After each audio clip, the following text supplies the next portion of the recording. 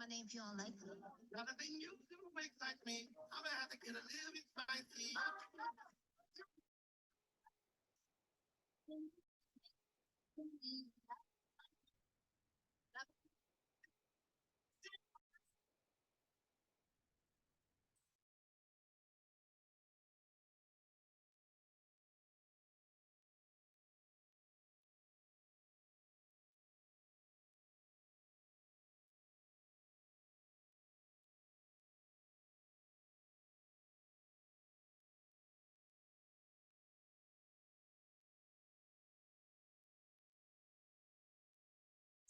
all of your dreams.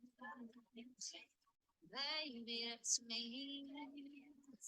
I'm out of this world. Nobody is so when you want someone, come on, get it. I'ma take you past your limits. I got a spaceship.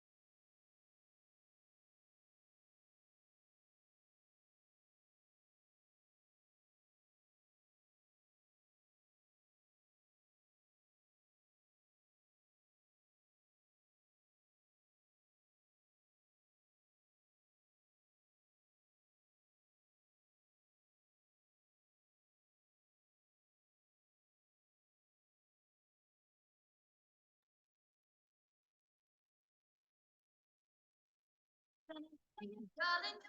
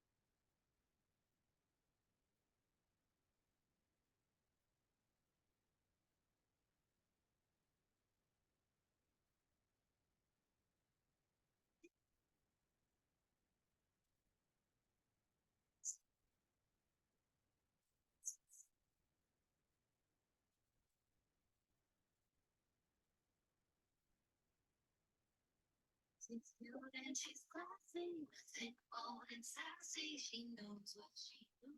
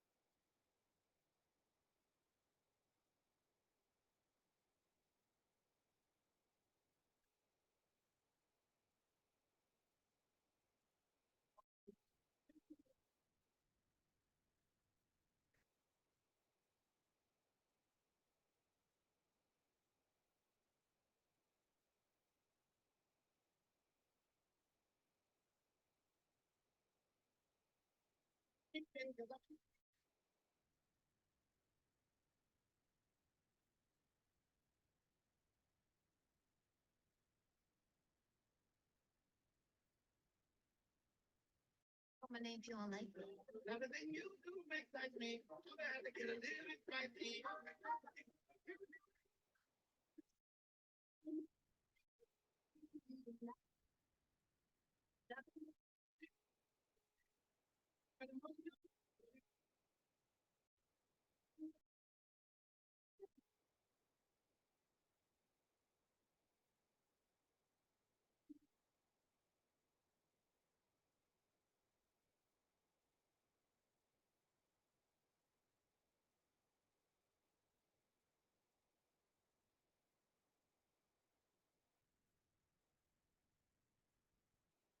Your dream,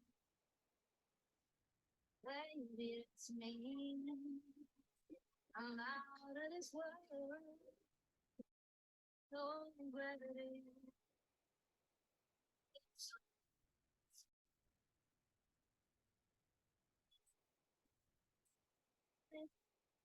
It's a picture of it.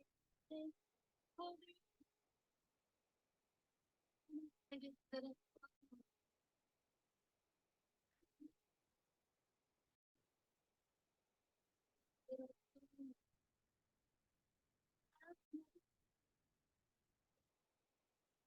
Where I just dream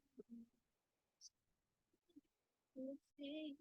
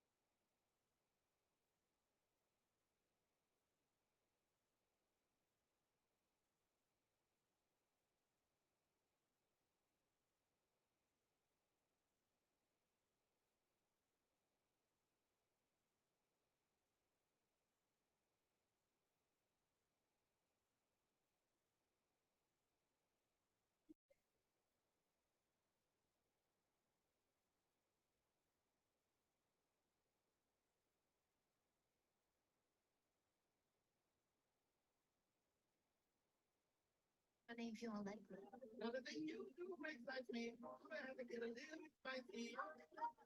But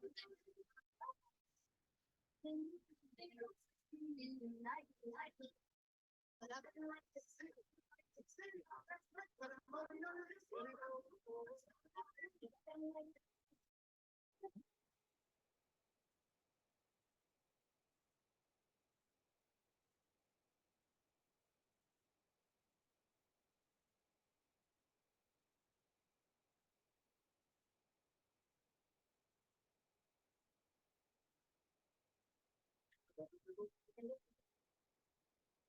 Girl, you're a dream. Baby, that's me.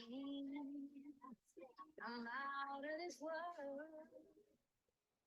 No gravity. It's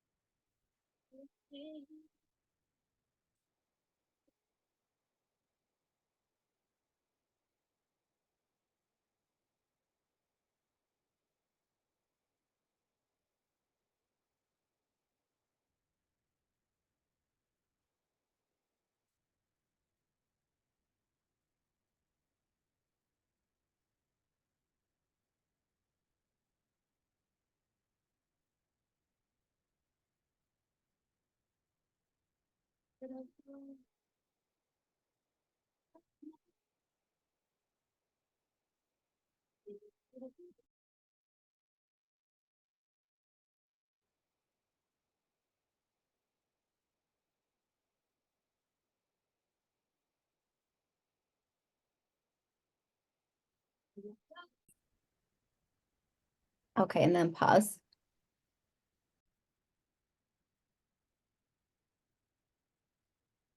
Hi, everyone. Welcome to our webinar tonight. We will get started right at 7. And Lexi's on tonight. She's part of our team. And so will you pause it, Lexi, the recording, and we'll just start. Okay, thank you. We're so happy to have everybody here tonight. Tonight, we are going to present some information for you from an organization called Caring Tide. We are a disability planning company, and we help you answer this heavy question: what happens to my child when I'm gone, or when I'm no longer able to care for them, or whatever the situation will be for your family. But this will be a question that we all have to answer. So I want to start tonight by just reading this little disclaimer. So Caring Tide respects every individual's right to express who they are. In one-on-one discussions, we will use person first or identity first language based on the person's preference. In group settings, we will use a mix of the two in hopes that having everyone feel like they are being included and respected. And in the disability community, we want everyone to feel like they have a voice and that they're represented. And so as you join Caring Tide's webinars, a lot of this information is for us as caregivers. But if you have a youth or an adult that has a disability or a special healthcare need, a loved one with these situations in their life, you're more than welcome to have them join you for this information, because we do want our loved ones to live a self-directed life. We want them to have a voice in some of this planning, and so that you as parents can understand what their desires are. Yes, we can't always make everything happen, but if I know my son's wishes and what he wants his life to look like, then I can try to incorporate that in this planning process. So tonight we have kind of a little reward for you. So if you stay with us until the end of this presentation, I have this free resource directory for you. Now, as I mentioned, we are coming together tonight from all over the country. And so I've tried to gather resources for you. In every state, there's a couple of resources that every state has. It's part of our government's setup. We have disability law centers, we have parent training information centers, and we usually have disability centers that are typically connected to a college or a university. So we have all of that information in this resource directory for you, as well as other things like adaptive sports, your Health and Human Services Department, Social Security, all of the things that you will need for your state. So stick around until the end of the presentation. I try to make this very efficient, so we will for sure be wrapped by 7:30. I bet we'll even be done probably by 7:15. I'm in Utah, so I'm mountain time, and we'll save some time for questions as well. I want to tell you a little bit about our founder. So this is Brady Murray, and he is the founder of Caring Tide. And he and his wife, Andrea, have 5 biological children. And then they also have adopted children from other countries, and several of them have disabilities. They have ADHD and anxiety and Down syndrome. And this is his life's mission, is to bring this information to families just like yours and mine and his. It's personal for us because of our tie to the disability community. And Brady is also a chartered special needs consultant. And that's a special designation that is for people who've had extra training in helping families with special needs planning. And I am also going through that process to be certified. And I have been in the disability world for 20 years. And so I have a lot of lived experience as I work with families. And we're going to talk about some of that tonight. But Caring Tide is a disability planning organization. There's about 42 million Americans who are disabled, and 7 million have a cognitive disability or an intellectual disability, and they're dependent on a caregiver. So yes, our kids can do a lot of great things, but when it comes to navigating their life independently, a lot of people with intellectual disabilities need a little bit more support. And so we want to cater our services to the disability community and those that have special healthcare needs to help them understand these resources and how we can plan for the future. So Brady also has lived experience. This is his wife, Andrea. And when their second child, Nash, was born, the doctors informed them that they had a child with Down syndrome.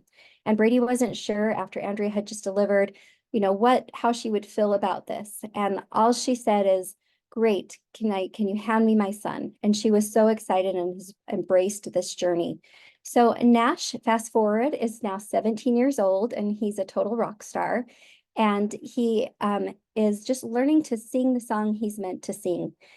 He is just an energetic, delightful individual, and that is how all of our children are. We all have individual strengths and unique things about us, and that's how Nash is. He loves school. He loves going to school. He's very social. He loves to be involved with people. Now, I know that that's not everyone's lived experience. My son is not very social, and he doesn't have any friends, and he is on the autism spectrum, and he also has a chromosome duplication. And so school for my son looked very different than what it looked like for Nash. So as we talk about these things tonight, it's not a one size fits all. Everybody will be in a different situation, but hopefully tonight, the resources that I will give you, there will be something for everyone.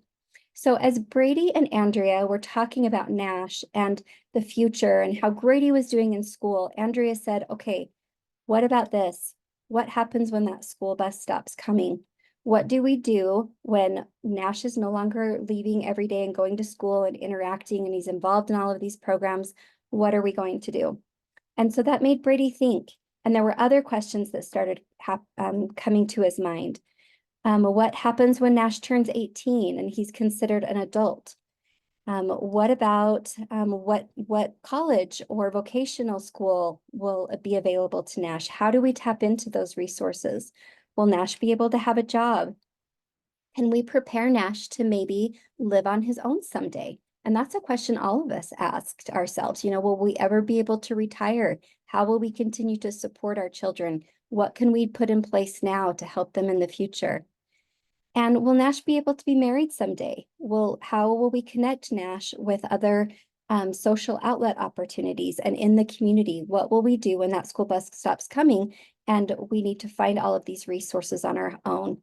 But the heaviest question that was weighing on Brady and Andrea's mind, and that's the reason why Brady founded this company, Caring Tide, is what will happen to my loved one when I am no longer here to take care of them.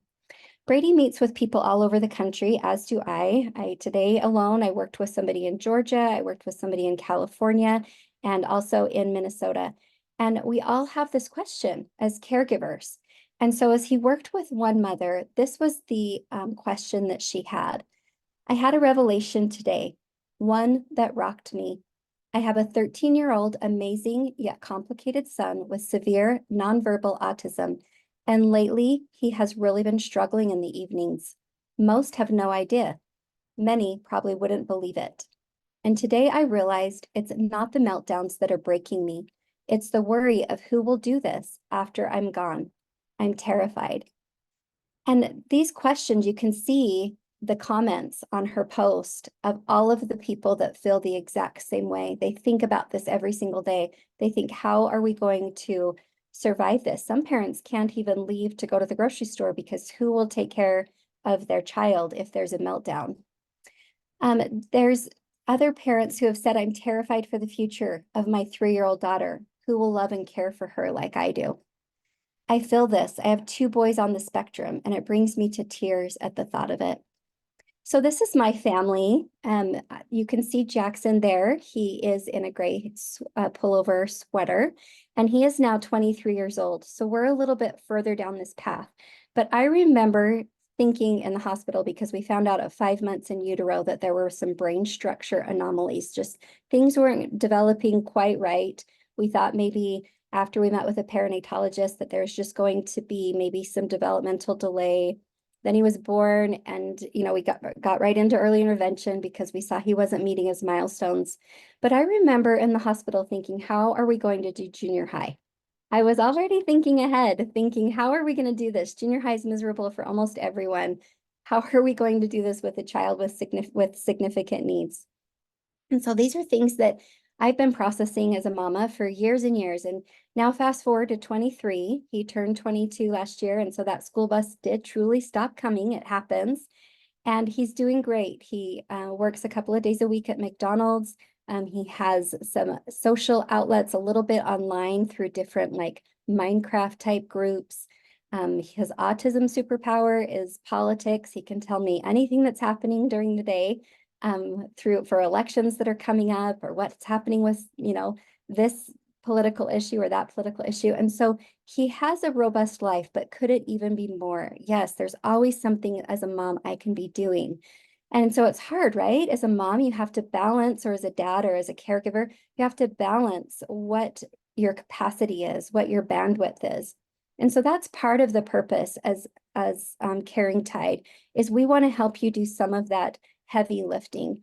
We want to help you find those resources, connect you with those tools to help you answer that question, who will care for Jackson when I'm no longer here? So while we're going to talk about a couple of things tonight that will help you answer that question, here's your key takeaway. The key to your child with a disability thriving long-term is creating a comprehensive care blueprint that combines legal protection, financial planning, and community supports. We need all of those things in order to get to be where we have a sense of security. And if we don't have one of those pieces, if I only work with my attorney, if I only work with my financial planner, but I don't put those day-to-day supports in, those natural supports, those things that are really going to help connect Jackson with the community or with people around him that can help him, then I'm missing a huge piece that will help Jackson after I'm gone. So we're going to go through 4 quick steps tonight, and that will be really plain, and you'll be able to understand each step. And I'll take you through each step, and then we'll see how we can help your family at the end of this presentation. So the first step is we have to be real with ourselves, right? We have to say, okay, where are we today? Do I have every duck in a row today? Do I have every single box checked today? I have to understand where I'm at. The second step is I have to perform an audit. I have to be real with myself and say, okay, what is my financial situation right now? What do I have in my bank account? What life insurance do I have? How much savings do I have? Am I planning to have any inheritance come my way? How much debt do I have? I have to really be real with myself, and all of us could be in better situations, right? Some of us have a lot set aside, and some of us are just barely getting by, and we're living paycheck to paycheck, or we're living on retirement and Social Security right now. And we think, how can we possibly do this? Well, I can help you figure out a way. Through our one-on-one consultations, we can do that. We can also help you create a plan. So we can't do everything today sometimes. If we have unlimited resources, sure, we can just do it all today, and I can help you do that. But most of us, the majority of people in the United States, need a plan, and it's just the next right step. So that's Caring Tide's job, is to help you understand the next right step. What's one thing you can do today to help answer that question? And the last step is I'm going to help you get your house in order. I won't come over and clean up for you, unless you want us to do that, and then we can set that up and help you find somebody to do that. But what it means by getting your house in order is we're going to look at all of those steps and make it happen for you. By the time you're done working with Caring Tide, not only will you have all of these pieces put in place, but you'll have a portfolio of services specific to your family that will help you and your family achieve that next right step. So let's start at number one. The very first thing we have to do is understand where we are on our journey. Think of it as Disneyland. If you've ever been to Disneyland before, or if you haven't been to Disneyland, think of your local amusement park or the zoo. When you usually walk in, there's usually a map that says you are here. And you can go to all of these different places. At Disneyland, there's, the Tomorrowland, or there's Star Wars Land or Toontown, and there's all these different places. And each one has a benefit. You can get a certain treat in this land. You can ride a certain ride in this land. And so it's a map of where to go. So with Caring Tide, we help you understand what your roadmap is. Some of you that I've talked to have children who are age 6 with autism. They are limited verbal skills. There's a lot of behavior going on, and you're really just finding your path, right? You're just connecting to resources. You're trying to get that IEP fine-tuned so that you can work well with the school. Other people, maybe one mom I worked with today, she had a 28-year-old daughter. And so we're trying to figure out those next steps as we're getting older, and we're trying to understand if we'll be able to retire. So all of us are in a different place. So when you work with me, I will help you understand where you are and what services are available to you right now, and kind of what we should be doing at this stage of the game. I want to show you this timeline. And this is a timeline that's for a neurotypical family versus families like mine. So a neurotypical family, or a family that's not impacted by disabilities or special healthcare needs, those red arrows, that's kind of what you're thinking, right? You get married, or maybe you have a child, and you are thinking about, okay, this child is going to graduate when they're a senior in high school. And then the next step is, okay, we've got to work through getting them to adulthood. And then I want to retire as a caregiver. And then what am I going to do when I pass away? Do I have all of my ducks in a row for when I pass away? That's what a typical family planning system looks like. Now there's my family. My family is all of those stages of blue.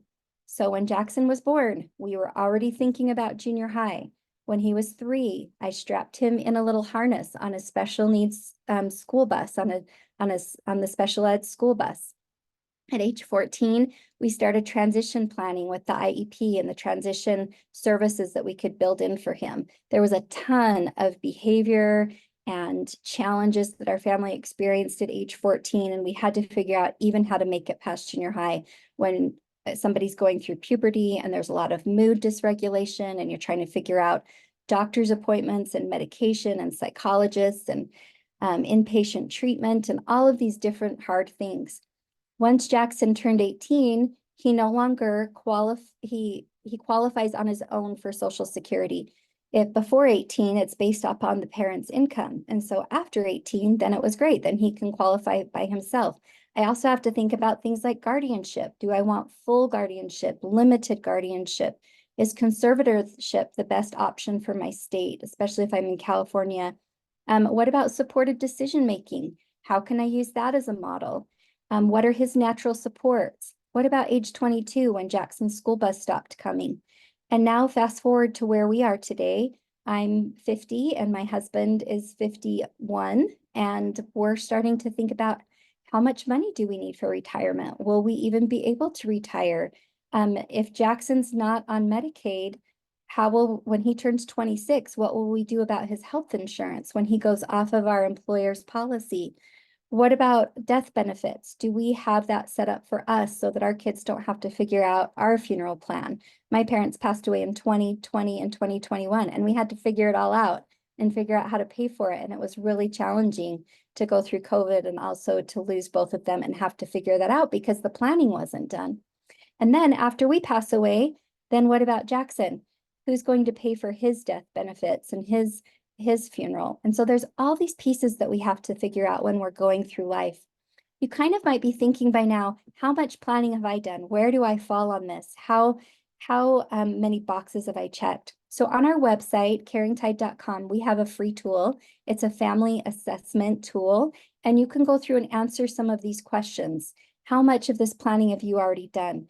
If you feel like a rock star in all of these areas, great. Still fill it out, and then we can go through it with you. And because we can't ask you every single question on this quiz, we want to make it, short and sweet so you can get just a general ballpark feeling of how you're doing with your transition planning. We can go deeper and do a deeper dive and say, okay, what about this piece? What about this piece? What about this piece? So that's a tool. It's a free tool available to you. And then I will do a free consultation with you. Some of the questions that parents are asking, this is one of Brady's children that he's adopted, and his name's Cooper, and he's a fabulous little baseball star. In fact, he's throwing out a lot of first pitches at some Major League Baseball games this summer. And so if you're part of our Caring Tide email list, we'll make sure and connect you with those. But when they picked up Cooper in China, after they adopted him, a little bit when they got home, they started thinking about these questions. Okay, where are we today with planning for Cooper? Where do we want to go? And how will we get there? So I know what I want life to look like for Jackson. I know the things that I want to have put in place for Jackson, but what am I doing? What have I already done? Let's figure these questions out. So the very first thing we're going to do after we say, where are we, is step 2. We're going to perform an audit. And this isn't a scary audit, make anybody feel bad about their situation. This is just a one-on-one truthful conversation about this is what life looks like for us. And it's, frankly, it's kind of hard. And how are we getting through the day? A lot of families in this community, they white knuckle it every day as they're trying to make it through and figure these pieces out. So as we perform this audit, we go through 3 areas. And these 3 areas, you'll see that it's a wheel because it's constantly evolving and changing. Our family situations change. People come into our families, then they get married and leave, or they pass away. There's different dynamics, like you have your school, and then the school bus stops coming. You have access to a certain day program, and then that's no longer available to you. Everything's kind of changing as we have that disability resource piece. The second piece is legal. As much as we just want things to work out, the reality of our world is we have to have legal protections for our loved ones put in place in order to protect assets, in order to protect who's taking care of them. It's just how our world works. And then the last piece is financial planning. If something happened to you, who's going to pay for Jackson's medication? Who's going to pay for him to get to McDonald's for his job? Who's going to pay for him to have a place to live? These are all things that my family has to figure out for Jackson. And so as I go through this audit with you, we assess those 3 areas. What's working well for you? What are your pain points? What legal protections have you put in place? Which ones do we still need to have put in place? And what are your assets? Do you have assets to fund a special needs trust? Do I have a way to fund Jackson's life now and in the future? So as a caregiver coach and as a disability specialist, I'll go through all of these areas for you, and we'll figure out which pieces we need to address with your audit. This is what traditional planning looks like for a family. So a typical family, it's, that Dave Ramsey philosophy of just, you need to have an emergency fund. Let's just get you $500 or $1,000 in a savings account. And then let's build up those emergency reserves. And then let's accumulate wealth and pay off debts and pay off your home and plan for retirement. And then, our family has a goal to establish an endowment, like a special needs, a disability endowment, so that we can help bless the lives of other people. That's way off in the future. Hopefully we can make that happen someday. But that's what a traditional life care plan looks like. When you have a family like mine, the planning is a little bit different. You have to look at life care planning, not only for me and my husband and for my other children, but also for Jackson.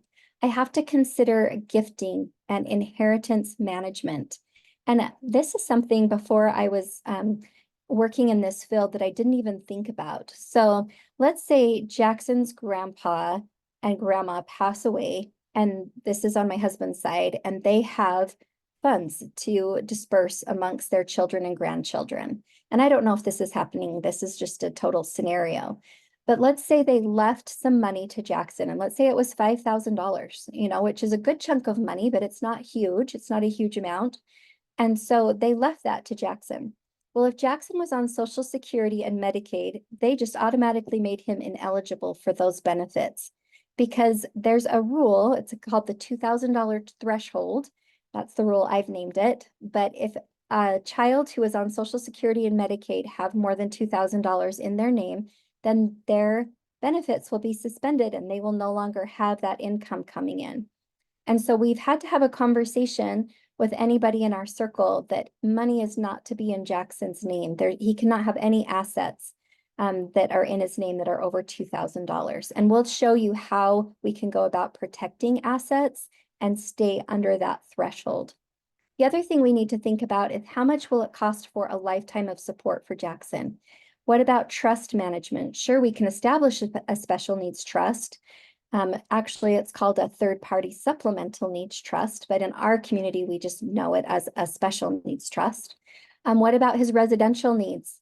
Some people say, well, I'm just going to leave my house to my child, and then they'll be able to have somewhere to live. Well, if you leave that house to them, that's in their name, and then you've just wiped out their benefits. So we need to be really thoughtful about how we're leaving our assets to our children. What about transition planning?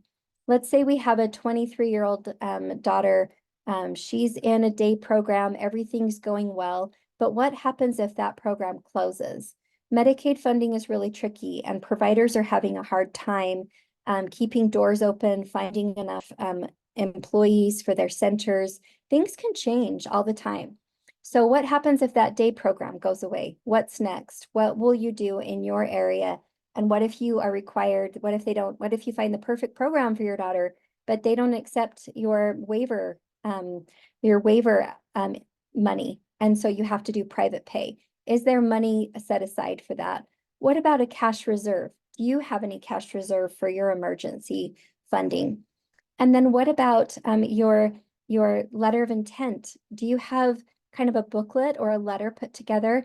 If I were to pass away tomorrow and my husband were to pass away tomorrow and one of our other children were trying to help Jackson, would they know who his physicians were? Would they know what the medication was? Would they know how to contact his employer at McDonald's? Do I have my goals set for him of what I want his life to look like? There's all of these different pieces that go into your special needs trust that we help you think about. We help you think about who's going to be the executor of that trust, who's going to disperse the money, who's going to manage the money. What about taxes? There's all these different pieces that families like mine have to think about. We also need to think about the cost of supervision. Some of our children are more independent than others. Some people need 24/7 support. If you have a child that's an eloper or someone who is a runner or somebody who leaves, or maybe you have a child with Prader Willi and you need to contain the food, and so that they're not always in the food eating because that's part of their disability, they can overeat. Maybe you have a desire for them to be part of a day program with a live-in option, like a group home, or maybe they need certain therapies. Maybe your insurance policy only covers like occupational therapy, physical therapy, speech therapy, but you really want to tap into like art therapy or music therapy. How are we going to pay for all of those things? And then what about vacations? Our family loves to go to the beach. So in our special needs trust, we really need to make sure there's enough money in there for Jackson to have his yearly beach vacation. And I know that's like just, pie in the sky wish, but it's part of our culture. We love going to the beach. And so what are we going to do to help Jackson have the life and the continuity that he is used to? Here's the biggest question for a lot of families. Where is my loved one going to live? And housing is the biggest expense. So I have a lot of data on this screen, but I just want to point out the pieces that I've highlighted in the mint color there.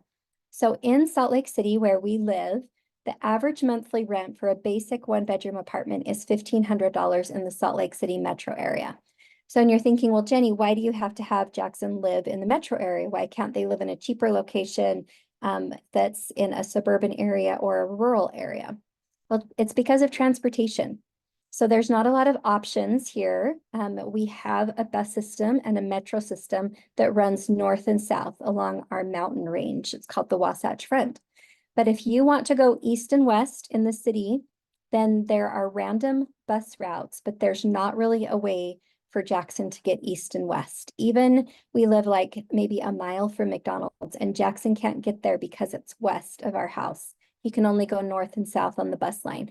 So the school has done a great job of teaching him to ride our bus line, and he can do it by himself, and he can ride it to the mall, but he cannot get to work. So that is a major hindrance for him. And unfortunately, there's not a lot of transportation options here, except for private pay. So we would need to set aside enough money for Jackson to have a Lyft or an Uber. And then there's the question of safety and security. Do I feel comfortable sticking my son in an Uber or a Lyft? And right now, no, I don't. And so Jackson's working on getting a driver's license. We don't know if that's going to happen for him, but we're trying to help him with that next step. But right now, if we were to pass away and he wasn't living with somebody, we would want him to live in a downtown area. So that's going to be more money for him. And you look over there on the left-hand side, if the SSI payment is only $983 per month and his rent is $1,500 per month, you see that that's not really going to work math-wise. There's other costs that we need to think about. What if I need long-term care services?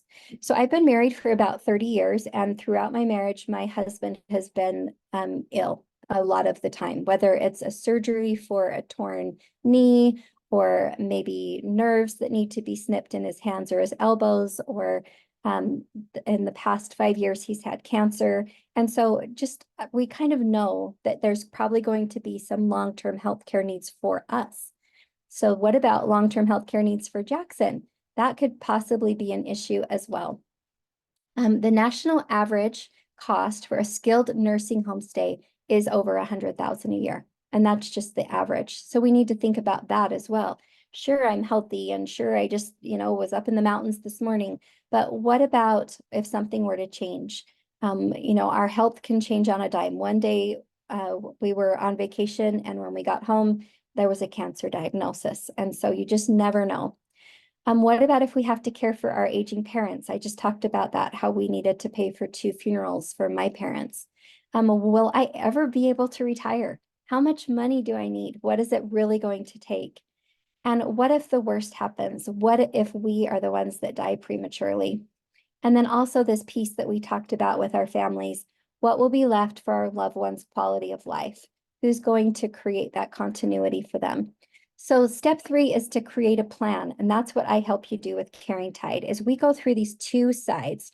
The left side are your public resources. So these are things like Social Security, Medicaid for your child, Medicare for you, also room and board, and helping families understand that we need to charge our kids who are on Social Security for room and board in order to maximize their Social Security payments.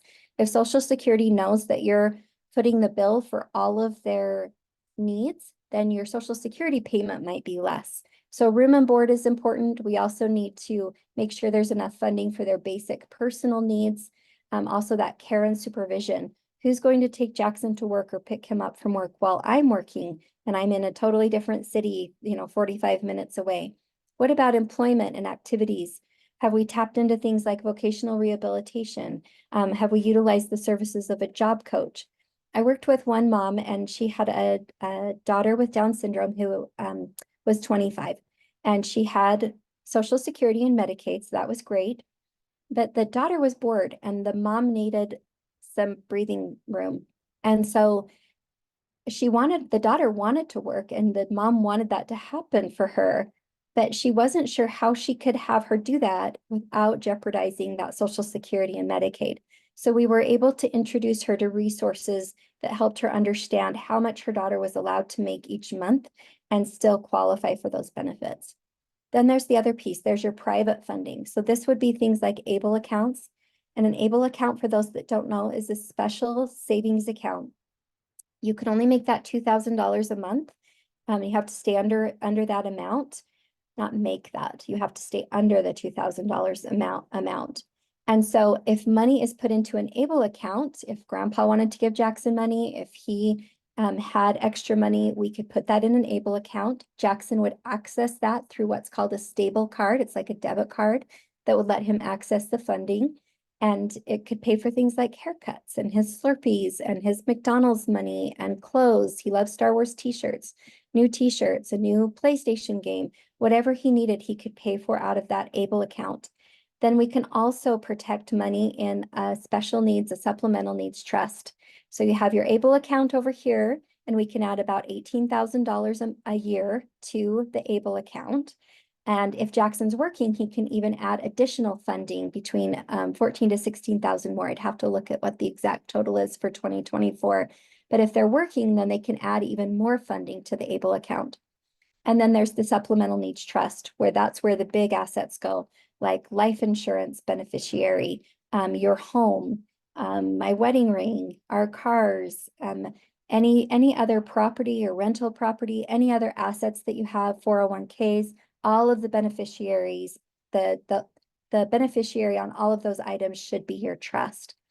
And then we also have to think about gifts or special occasions, vacations. Jackson loves his computer. He's always online, either on a phone or on a computer. What if his iPhone, fell in the pond? What would we do to replace that? How would we take care of that? What about personal hygiene, things that Social Security doesn't cover? So in order to make all of that happen in our lives, we can't just say, oh, don't worry, they're on Social Security. It has to be a combination. It has to be a blend. So you have your private assets, which is what we're setting aside for Jackson. He has his public benefits, which will be his Social Security and his Medicaid.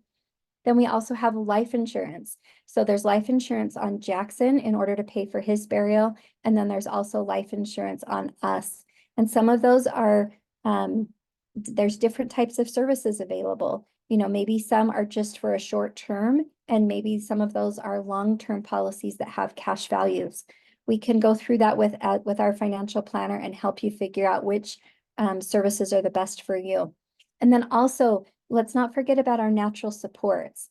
Those are just invaluable. Things like neighbors that can help take Jackson to McDonald's. Or what about his community? What about friends that he's made through school, or and I say friends in quotes, people that watch out for Jackson and take care of Jackson. Who are those people that we can tap into that could be a resource for Jackson after we're gone?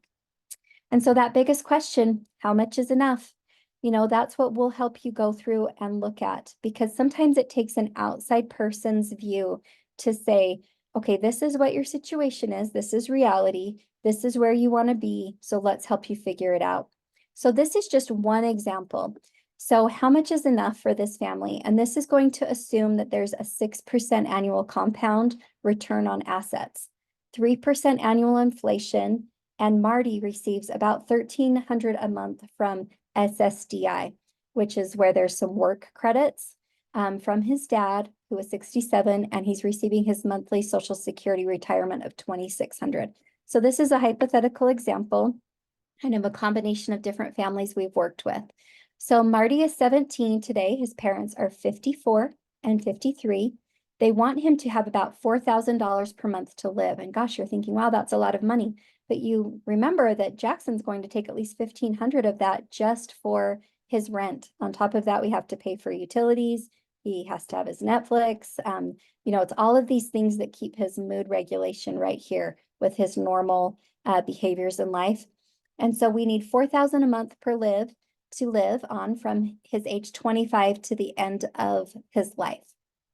It will take about $3 million from when his dad dies at 85 to support Marty from his age 48 until 85. So how are we going to do this? How are we going to make it happen? Now, some of these are big and some of these are really small. And this will just show you the different ranges that are possible based upon a family. So the first thing, the easy one, let's just invest a lump sum of $620,000, earning an assumed net of 6% every year.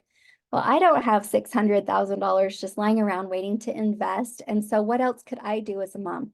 I could allocate via estate planning any assets remaining at the time of my death will go to the child's special needs trust. I can utilize life insurance. Now, there's going to be a variety of services. It can be something simple like a $10,000 policy through your employer. We'll look at that. Let's see if that's an option. Okay, great. It is an option. But you know what? Is $10,000 really going to pay for anything besides your funeral? We did my parents' funerals just super low key. And it was 10 to 12,000 just to be able to get through that process. So there's that piece that we need to think about. There's also a variety of services with insurance that we can show you, and we try to do it based on everybody's unique situation. So our financial planner, Max, will work with you and look at your options and say, okay, here's, if you want to be aggressive, this is a product that you could use. Or if you're on a fixed income, here's a solution that could work for you. So we will try to find something for everybody and have it work for you. You can also open up that ABLE account and you think, okay, I'll do that later. Well, the earlier you start, the better, because an ABLE account acquires interest. So it can be an investment tool for your loved one and your family to help provide those supports for them. So start earlier, the earlier the better. And there's ABLE accounts in 48 states. And so if your state doesn't have an ABLE account, you can pick somebody else's program. You will want to pay attention to if your state offers a tax benefit. So in Utah, there's a tax benefit with an ABLE account. And so I would probably want to use my program here, but you can do a contrast and compare. In Utah, it's $6.75 a quarter to be part of the ABLE program, so about $30 a year. Other states might be more expensive, but maybe they offer different benefits. So I can connect you with resources for all of the ABLE accounts, and we can kind of contrast and compare them and see what makes the most sense for you. There's some out-of-the-box strategies. We are not advocating that you use a credit card, but sometimes there's rewards with credit cards. With my Costco card, I get a payback every year for what I spend at Costco, and that's money that I could put into Jackson's ABLE account. What about a debit card? With my credit union, I can round up.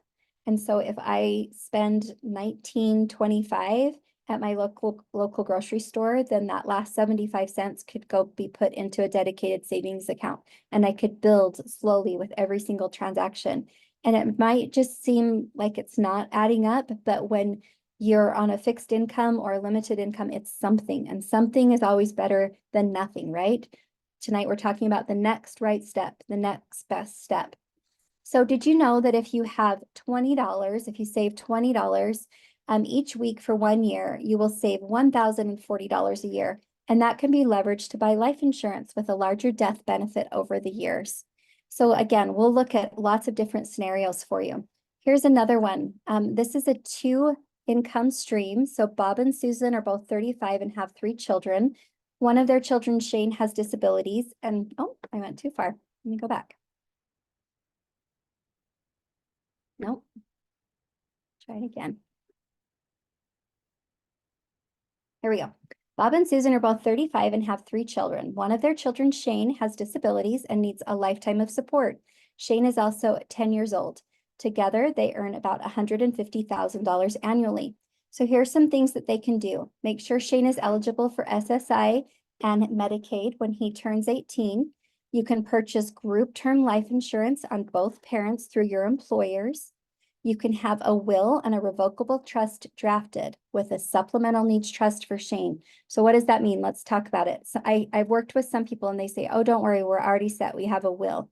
Well, a will only outlines what you want to have happen. It doesn't protect any funding for Jackson.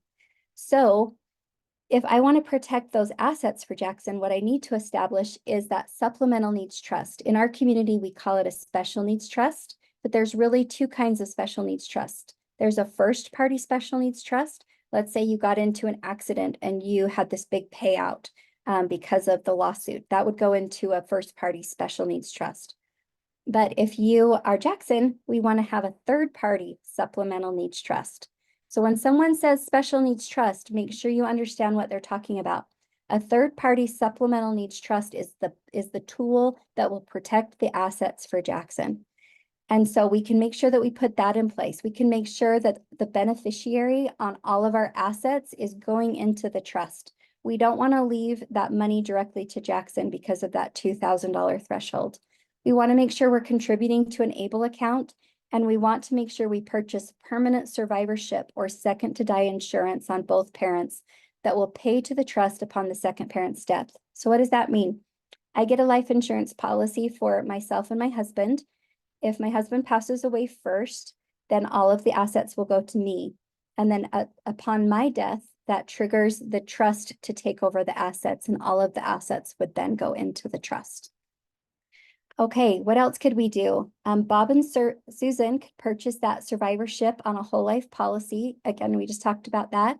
And it pays upon my death. So instead of it just going right to the trust when Ryan dies, we can also get permanent insurance. If that's not doable, we can also look at term life policies. And we can figure out, based upon your situation for both of you and your health, what you would qualify for, what's the best rate. We can look at all of those pieces for you. So here it is. The hardcore truth is that we will all have an expiration date on our mortality. We have three choices on how to handle this reality. We can deny it, we can ignore it, or we can plan for it. And we might feel like, well, gosh, we just don't have the resources to do anything right now. I promise you, we can at least find one or two things that can help you get on that next right step. So that's step 4. Let me help you put your house in order. So what does that look like? You'll meet with me on a one-on-one consultation and one of our disability specialists. And we'll go through everything. We'll figure out, okay, what's working? Great. You're succeeding. You've got them on a Medicaid waiver. You have them enrolled in Social Security. You are doing great, Mom. You've got all these pieces. You've already worked with vocational rehabilitation. You've got the day program set up. And if you don't have these things, then we'll figure it out, and we'll go through your state's resources and we'll help identify those for you. So that's the first piece, is meeting with just me and having me help you do an audit of your situation. The next piece is you'll work with Max, and you'll work with our financial planner, and he'll go through, I'll take an assessment of, okay, let's look at your expenses, your assets, what insurance you already have in place. What are you doing for yourself, for respite and for support? What are all the pieces that go into your financial picture? And then Max will put together some options for you. And you can say, you know what? This looks great. This is perfect. Thank you so much. And he'll put together a total financial plan. But maybe what he puts together, you'll be thinking, okay, this piece is right, but this piece we need to tweak. What else do you have, Max? And we can go through and try to find the services that are the best fit for you. The last piece, after we've established all of your assets, so we don't just go ahead right with the special needs trust. First, we need to figure out where you are, and we need to figure out what assets need to be put in the trust. So the very last step is to meet with an estate planner, and we work nationwide. So we work with attorneys in all 50 states, and our financial planning is in all 50 states. So if you're in Pennsylvania or California, we've got you. And we can go through and help you create your special needs trust. And you're thinking, well, why do I need to work with a special needs attorney, or what we call an elder law attorney? Because a lot of people who are older or preparing for their own death, they work with an attorney that's used to setting up, people's estate plans for older people. So in our community, it's called an elder law attorney or a special needs planning estate attorney. And so should we work with them? Well, we help you figure out what questions to ask. So sometimes there's a phrase I like to use. It's sometimes you don't know what you don't know. You haven't thought about this a lot before. And I think about it every day. And I'm talking with parents across the country every day. And we're looking at unique situations. So if you just think I'm going to leave everything to my oldest daughter and she's going to care for Jackson and it's going to be great. and she's a great person and it's going to work out. If I do that and I don't put the assets in the trust, first of all, I have to make sure my daughter is going to give Jackson his piece. And I have total faith that she would. But what if something happened in her life and she was in a critical situation where she needed more access to funding? Then there's that piece of Jackson's estate or Jackson's money from my estate that might not go to Jackson. And it's not because she doesn't want to, but she's in her own situation trying to figure out life. And if she thinks, okay, well, what if I just use that money now and then I'll just pay Jackson back later for his piece? So there's all these situations. We all love each other as family members, and we have aunts and uncles and friends, and we think that they're going to be great caretakers, but life happens. And so the only way to assure and plan and protect and legally make sure those assets go to Jackson is to put it in a special needs trust. And Ryan and I have outlined that all of our assets will go into the trust. And then when the youngest child is 25, it triggers a disbursement and it goes to all 4 children. So why do they have to wait till the youngest is 25? Because we need to make sure we understand the needs of every child. And then once those are dispersed, those go to our 3 children who are neurotypical. And then Jackson's piece will also go to him, but it stays in the trust. And there's an executor over the trust that handles the disbursement of that handles, Jackson's fiscal pieces, the taxes, anything that goes through, the trust for Jackson's needs will be handled by that executor. So it takes that heavy lifting off of my daughter or anybody else who would have to make hard decisions. Now you can choose who's going to be the executor. Maybe my daughter will be the guardian of Jackson. The way we have it set up is we have a credit union that has an executor program. And so they are actually the executor of our trust. So that way my daughter doesn't have to figure out any of the financial pieces. All of that is done through the trust. And these are questions that you have to think about. Okay, well, if something were to happen to my daughter, then who's going to be the next guardian? And there's all of these layers inside the trust that explain how we want things to have happen. What will happen to any vacation property? What will happen to my wedding ring? What will happen to our home? Do we want that sold and then a townhome is purchased for Jackson? All of those pieces are things that we have to outline in our trust, and Caring Tide will help you, along with the estate planning attorney, figure out all of those pieces for you. This is something that I do specifically with all of my families when we get to this piece, is we go through these 9 steps and we address what are the primary issues? What have you done? What is already in place? What is your family mission statement? What are your values? In our family, we want everyone to be a kind human. We just want to have everybody be good to each other, and that's what's important to us. And so what are we going to do to make sure that's still in place? Do I want to put aside money in my trust so my family, all of my heirs, my grandkids, and my children all get a beach vacation at least once a year that's paid for by the trust? Wouldn't that be nice? Is that a goal? Do I want to make that a goal? Would I want to buy an extra life insurance policy just so I could fund that goal and know that I'm creating family unity for my family for the rest of their lives? What about that letter of intent? Have I put that together for my daughter? Does she know his doctors, his medication, his friends, the neighbor that can pick him up? What current benefits are in place? Does he have Social Security? Does he have Medicaid? How much is it going to cost to fund his life? And also we have to think about our other kids. We have goals that we help our kids with certain things in their lives. What about education? What about my senior that's graduating? Do I want to help her with a car? What about if there's other pieces that I need to put in place? It's not just Jackson, right? I want to be fair to my other kids. And there's something about equity and equality. You want things to be fair for your family members, but there's also the reality that Jackson's going to need more support.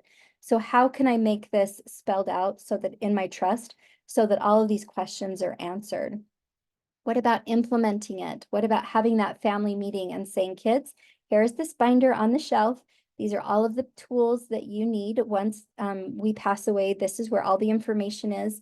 And also that annual review. You think, okay, I've already met with the estate planner. I have my binder, it's on the shelf, and now we're done.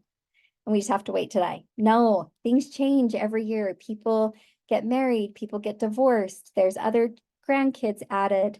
There's other things that we need to think about with Jackson's Care. So we do that every year and we can go through a review with you. So just to recap, special needs trust, we'll look at healthcare, things like guardianship, limited guardianship, full conservatorship, education, what happens when the school bus stops coming, what's going to be next in their life, social life, legal matters, housing, income planning, ABLE accounts. And just to review, we're going to go through step 1, understanding where you are. We're going to look at this resource maximization.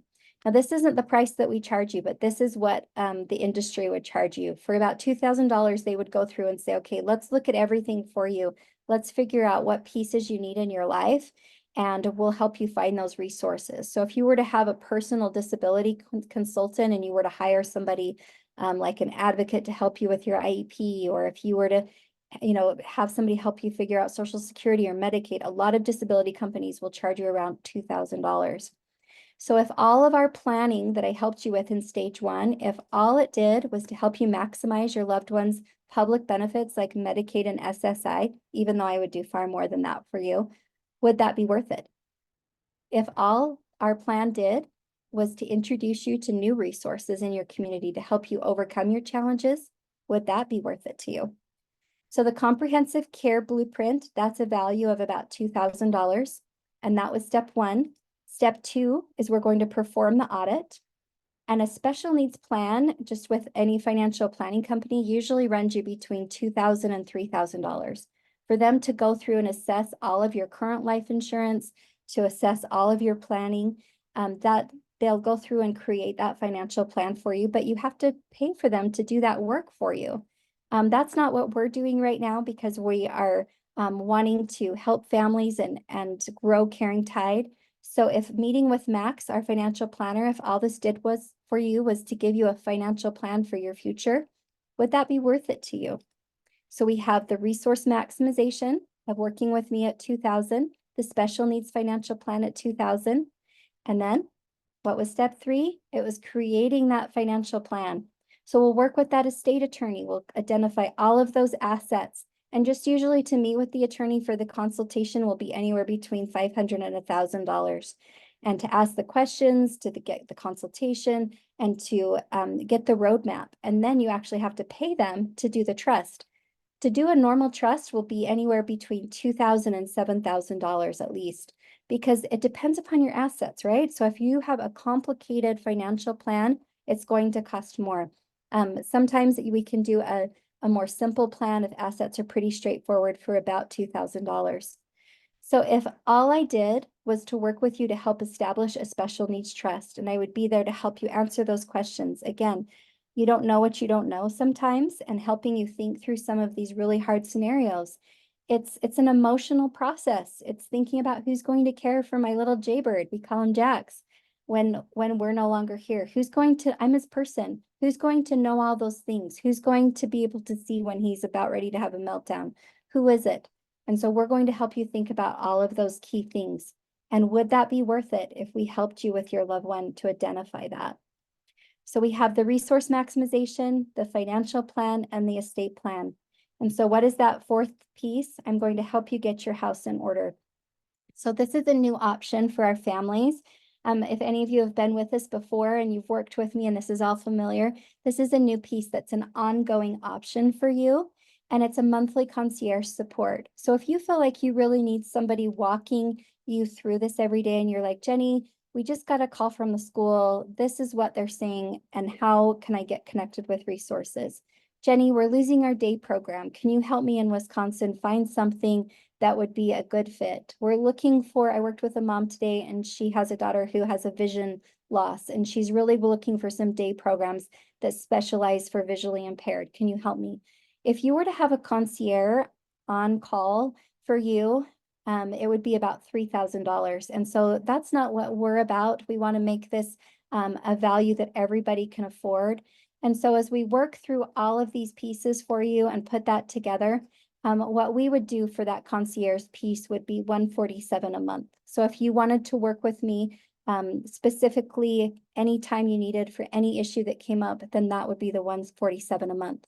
But if you're on the call tonight and you just want to do the special needs trust, you already are 100% sure your financial plan is in place, I can do that for you. And we'll just connect you with our attorney that is specialized in this, and I'll go with you to that appointment. If you just need the financial plan, let's do that piece. So that's, none of that is the 147 a month. That the 147 a month is just if you want me as an ongoing support for any issues that come up in your life and helping you with the disability connections and being the connector for you, then that's the fourth piece. That's the fourth piece. So again, you can pick everything a la carte. We would just start with that free consultation, and we would go through your financial plan, and then we would create the estate plan for you.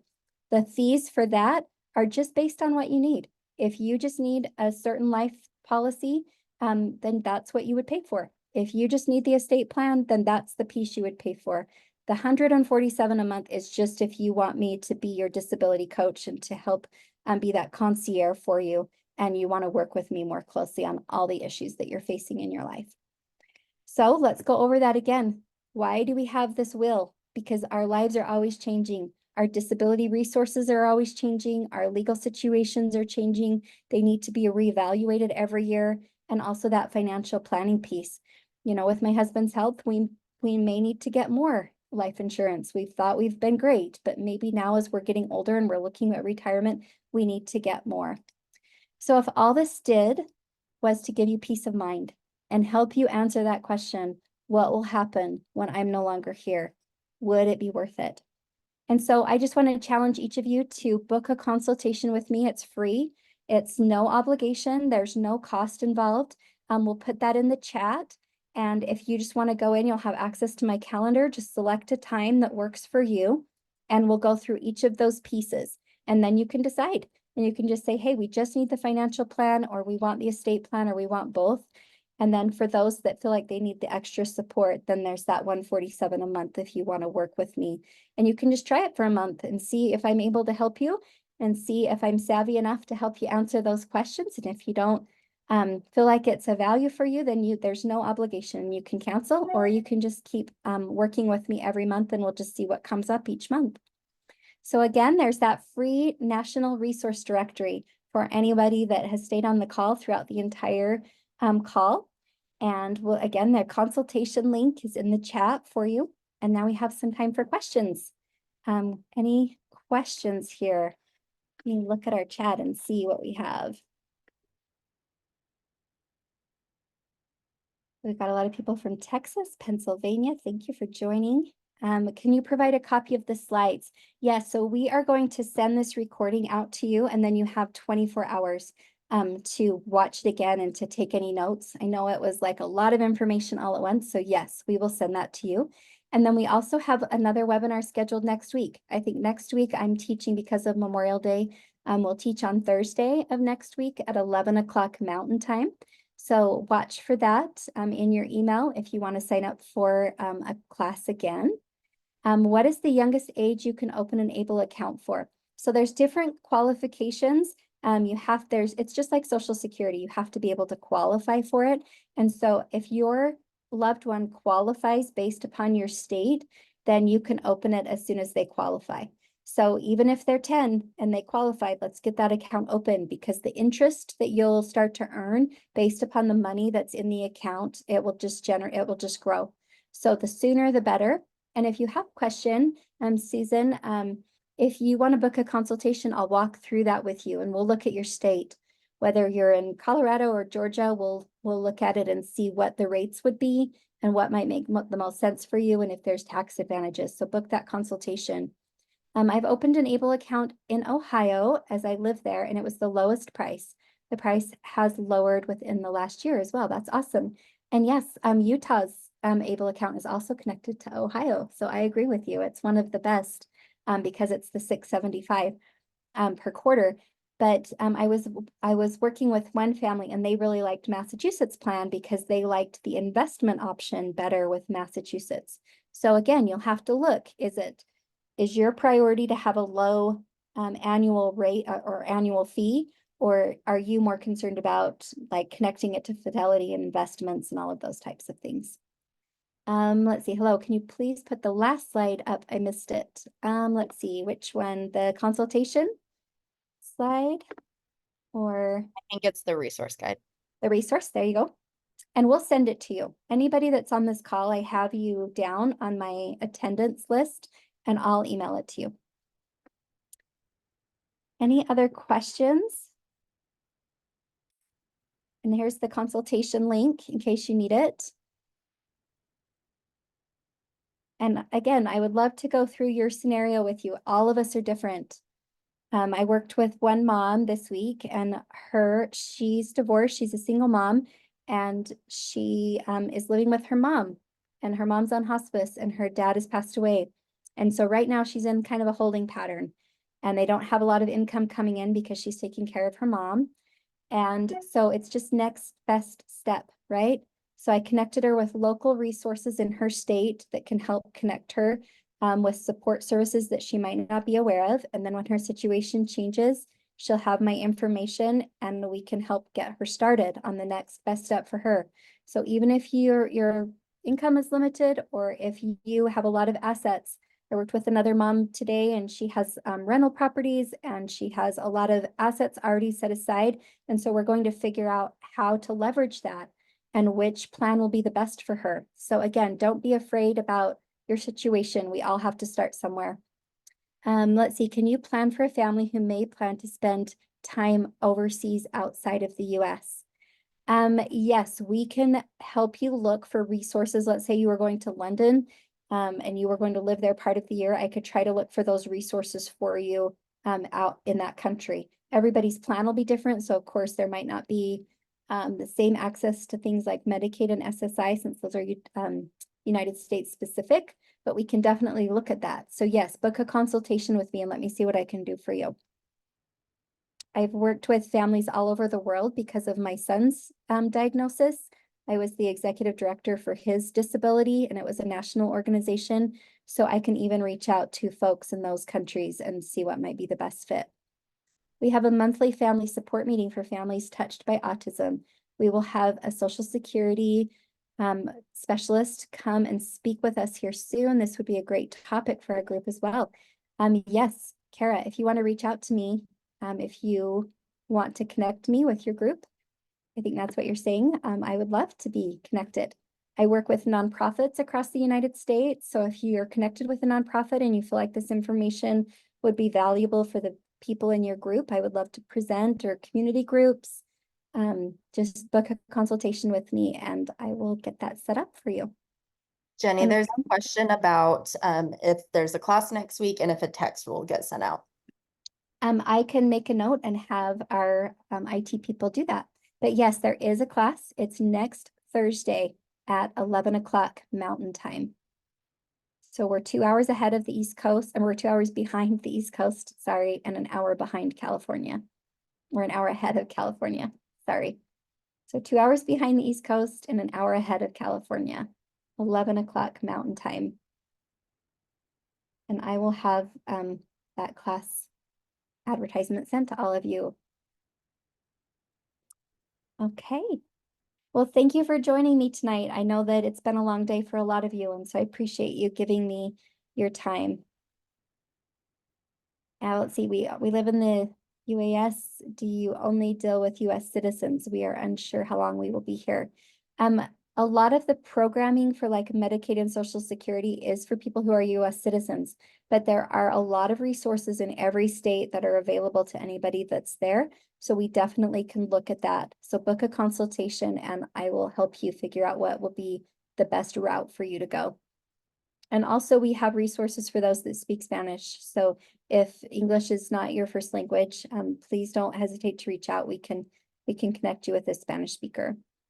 Or if you have a different language too, we can look for interpretation. Okay. All right, well, I'll just hang out for another minute. You can start dropping off if you feel like you have the information you need, and I will email you the resource directory, and we're still building that.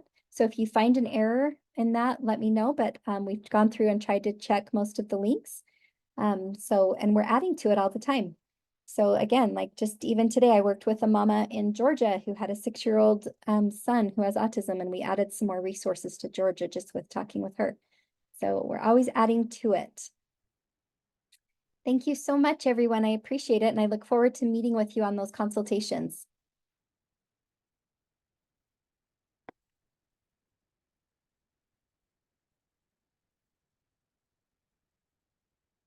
I'm gonna stop sharing the screen.